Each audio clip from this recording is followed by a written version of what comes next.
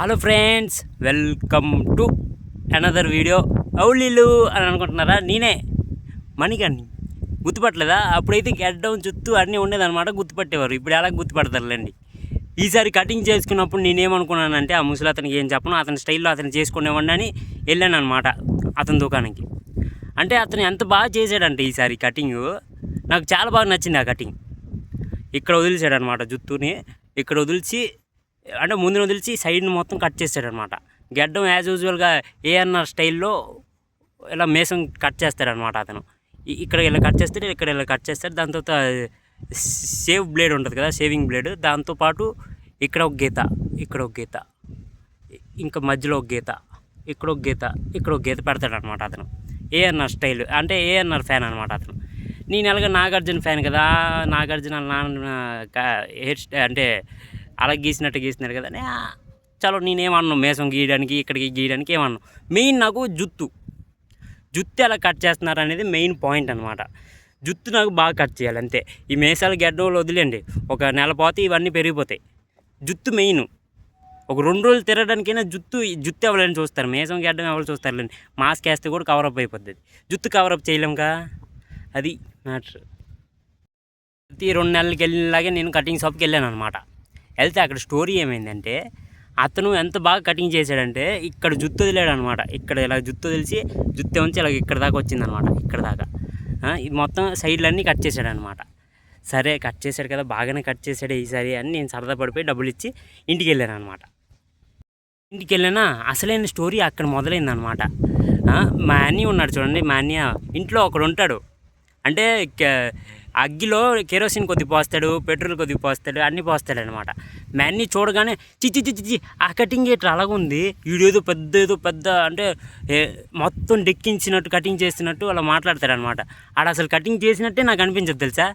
ఆడు ఎప్పుడు అంటే ఎక్కడికి వెళ్తాడో కూడా నాకు తెలీదు. వెళ్ళిసి వస్తాడు, వెళ్ళి వచ్చి నా కటింగ్ ఎలాగుందిరా అంటాడు. ఆడు కటింగ్ ఎక్కడ చేసుకున్నాడు అంటాను నేను ఇంట్లో. ఎవరు నమ్మరు, ఆడు కటింగ్ చేసుకున్నాడు రా అంటారు ఇంట్లో. నేను వెళ్తే అలా కాదు, అరే అదేం కటింగ్ రా, చిచ్చి బాగాలేదు, చిచి మళ్ళీ వెళ్ళి మొత్తం కట్ చేసి అని కొద్ది అగ్గిలో కెరోసిన్ వేసాడు అనమాట మా అన్నయ్య. ఇంకిద్దరు ఆగుతారా మా ఇంట్లో, ఎవరు మా అమ్మ నాన్న, వాళ్ళు కూడా ఆగరు. చిచి బాబు అస్సలు బాగాలేదు బాబు, ఇదేంటి ముందు వదిలిచాడు, ఇదేంటి ఎండాకాలంలో ఇలా కటింగ్ చేస్తే ఇంకేమైనా ఉందా, చెమటలు అయిపోతావు, బుర్ర ఇది అయిపోద్ది, చిచి మళ్ళీ వెళ్ళి అతని దగ్గరికి అంటే మళ్ళీ వెళ్ళాను అనమాట. నేను మళ్ళీ వెళ్తే అంటే కొద్దిగా టైం తీసుకొని వెళ్ళాను అనమాట. మళ్ళీ వెళ్ళినా, అందులో మా నాన్న కటింగ్ షాప్ దగ్గర ఉన్నారనమాట.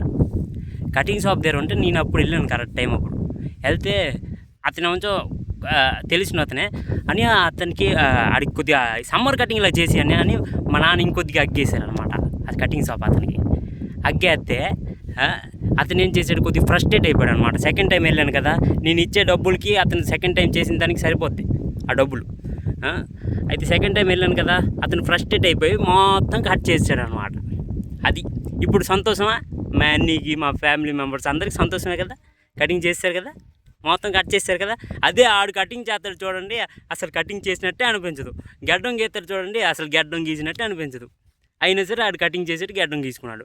నేను కొద్దిగా ఉంచితే జుత్తు ఓ చిచ్చి అస్సలు బాగాలేదు నవ్వుతారు ఎవరైనా అంటారు అనమాట.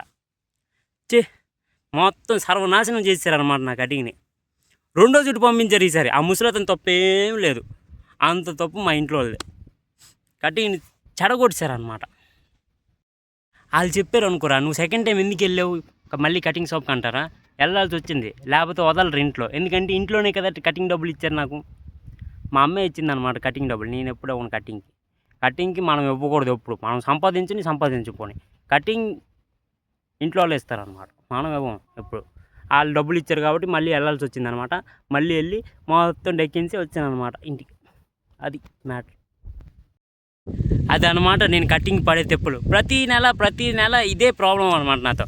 ఎప్పుడైతే బాగా చేస్తానో అప్పుడు ఇంట్లో వాళ్ళకి నచ్చదు, ఎప్పుడైతే బాగా చేయనో అప్పుడు నాకు నచ్చదు అనమాట.